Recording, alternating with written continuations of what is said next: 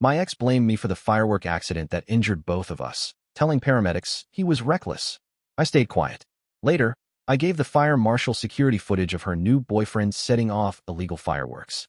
48 hours later, the fire marshal was handing them both fines and citations. I, 34M, never thought I'd be the guy posting on r/family drama, but here I am. It's been a wild couple of weeks, and I need to get this off my chest. 3 weeks ago, I was invited to a 4th of July party at my ex's place. We'd been separated for about 8 months, but maintained what I thought was a civil relationship because of our shared friend group. Looking back, I should have known better than to accept the invitation, but hindsight is always 20/20. When I arrived at her suburban home, the party was already in full swing. About 30 people were scattered across her backyard, drinking beers and enjoying the summer evening. My ex greeted me with surprising warmth, introducing me to her new boyfriend, who seemed friendly enough. He was tall, tattooed, and had that overconfident swagger that immediately put me on edge. As the night progressed, I noticed him bringing out increasingly larger fireworks. Not the small, legal sparklers and fountains most people stick to, but professional-grade explosives that definitely weren't approved for residential use. I overheard him bragging about connections that got him these special fireworks from out of state. "Dude, these are totally illegal here," I whispered to my friend who had come with me. "Yeah, but they look awesome," he replied, clearly impressed by the display. I kept my distance, nursing a single beer while watching the new boyfriend set up what looked like a small artillery shell on the concrete patio. My ex was right beside him, giggling and filming everything on her phone. I noticed the security cameras mounted on the corners of her house, silently recording the whole scene. "Everyone stand back," the boyfriend shouted, lighting the fuse with his cigarette. Instead of shooting upward as intended, the firework tipped over at the last second. It happened so fast, a blinding flash, a deafening boom, and then searing pain as fragments hit my leg and arm. My ex, who had been standing closer than me, screamed as she was hit too. Chaos erupted. Someone called 911. Within minutes, paramedics arrived and began treating our injuries. That's when I heard it. "He was being so reckless," my ex cried to the paramedic attending her. My ex-husband brought these dangerous fireworks and insisted on lighting them. I was stunned into silence. Her boyfriend had disappeared into the crowd, and suddenly all eyes were on me. The paramedic glanced my way with obvious judgment as he bandaged my ex's burns. "Sir, did you bring these fireworks?" Another paramedic asked me directly. I could have defended myself right then, pointed fingers, created a scene. But something told me to wait. "I'm not discussing this right now," I said quietly. "Please just treat my injuries." At the hospital, we were placed in separate areas. My injuries weren't severe, second-degree burns on my right arm and leg that would heal with proper care. As I was being discharged, a fire marshal approached me, notebook in hand. "We're investigating the incident," he explained. "Your ex-partner claims you were responsible for the illegal fireworks that caused these injuries." I looked him straight in the eye. "I'd like to provide a statement tomorrow, if that's all right. I have some information that might be relevant to your investigation." He handed me his card, and I went home to a sleepless night, my injuries throbbing despite the painkillers. The next morning, I drove back to my ex's neighborhood. Her next-door neighbor had always liked me better than her, a friendly older woman who missed nothing that happened on our street. As I suspected, her doorbell camera had captured the boyfriend unloading boxes of fireworks from his truck earlier that day. He was bragging about getting them from some connection in Nevada, she told me, transferring the video to my phone. I was worried something bad would happen. Next, I contacted my ex's home security company. During our marriage, I had set up the system, and, this was key, I was still listed as an authorized user. A quick call and verification of my identity later, I had access to the footage from the night before. The videos were damning. Clear shots of the boyfriend unboxing the illegal fireworks, setting them up, and lighting the one that eventually injured us.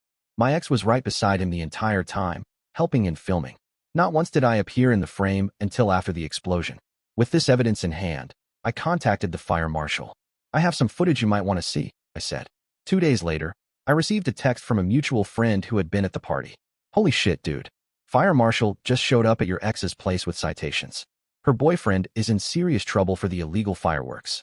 She's freaking out because she got fined too for lying to officials." I didn't respond, but I did allow myself a small smile. Sometimes, silence and patience are the best revenge. The story might have ended there, but my ex wasn't one to go quietly. That evening, my phone exploded with texts and calls from her. "How could you do this to me? I'm injured and now I have thousands in fines. You set me up. You're just jealous of my new relationship." I blocked her number after the 10th message. But the next day, she showed up at my apartment, arm bandaged and face red with anger. "You had no right to give them that footage," she hissed when I opened the door. "You had no right to blame me for something I didn't do," I replied calmly. "You lied to paramedics, police, and the fire marshal. You tried to set me up to take the fall for your boyfriend's illegal activities. It wasn't that serious. Everyone exaggerates in the moment. Tell that to the burns on my leg," I said, gesturing to my bandaged calf. "Tell that to the fire marshal who's concerned about residential fire hazards." She switched tactics, tears suddenly appearing. "I'm sorry, okay?" I panicked. "But these fines will ruin me. Can't you tell them it was all a misunderstanding?"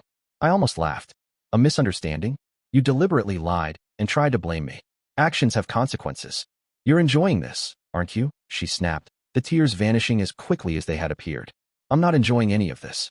But I'm not taking the fall for something I didn't do." She left in a huff, but the drama wasn't over. Update 1. 3 days later, I received a certified letter from an attorney representing my ex. The letter claimed I had illegally accessed private security footage and demanded I pay her fines or face legal action for privacy violations.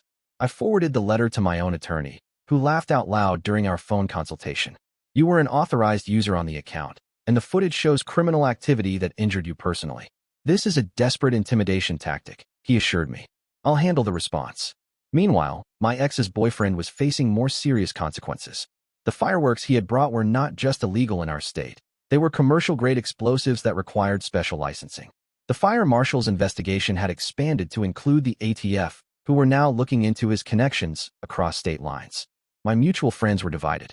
Some thought I should have just let it go, claiming I was being petty. Others supported my decision to clear my name. The friend group was fracturing, with people taking sides in a drama I never wanted. "You could have just denied it at the hospital," one friend told me over beers. "Why go through all this trouble?" "Because she tried to make me the fall guy," I explained.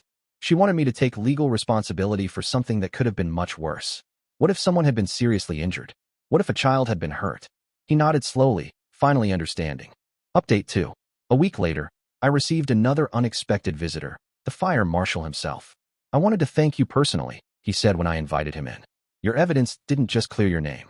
It led us to a significant illegal fireworks operation. Your ex's boyfriend was just a customer, but we've traced his supplier to a warehouse full of improperly stored explosives in a residential area." I was stunned. That could have been catastrophic. Exactly. A fire there would have endangered hundreds of lives. So while your ex might think you were being vindictive, you potentially saved lives. That information changed everything for me. What had started as a simple act of self-defense had turned into something much more significant. Later that day, I received a text from my ex that simply read, "Boyfriend got arrested. Thanks a lot." I didn't respond. There was nothing to say. Update 3. It's been 2 weeks since the arrest. The full story came out in the local news. The boyfriend wasn't just a customer. He was a middleman in the illegal fireworks trade. The ATF found evidence that he'd been selling to others in our community, including to families with children. The potential for tragedy was enormous. My ex called yesterday, her tone completely different. "I didn't know," she said quietly. "About the selling, I mean. I knew the fireworks weren't exactly legal, but I had no idea about the rest." "Would it have mattered?" I asked. "You still tried to blame me for the accident." A long pause. I panicked. "When I saw you were hurt too. I don't know. It was easier to blame you than admit we were doing something stupid." It wasn't quite an apology, but it was the closest I'd get. "The fines are the least of my problems now," she continued. "My homeowner's insurance is dropping me, and I might be named in the larger case as an accomplice." I felt a twinge of sympathy, but reminded myself that she had tried to put me in exactly the same position, or worse.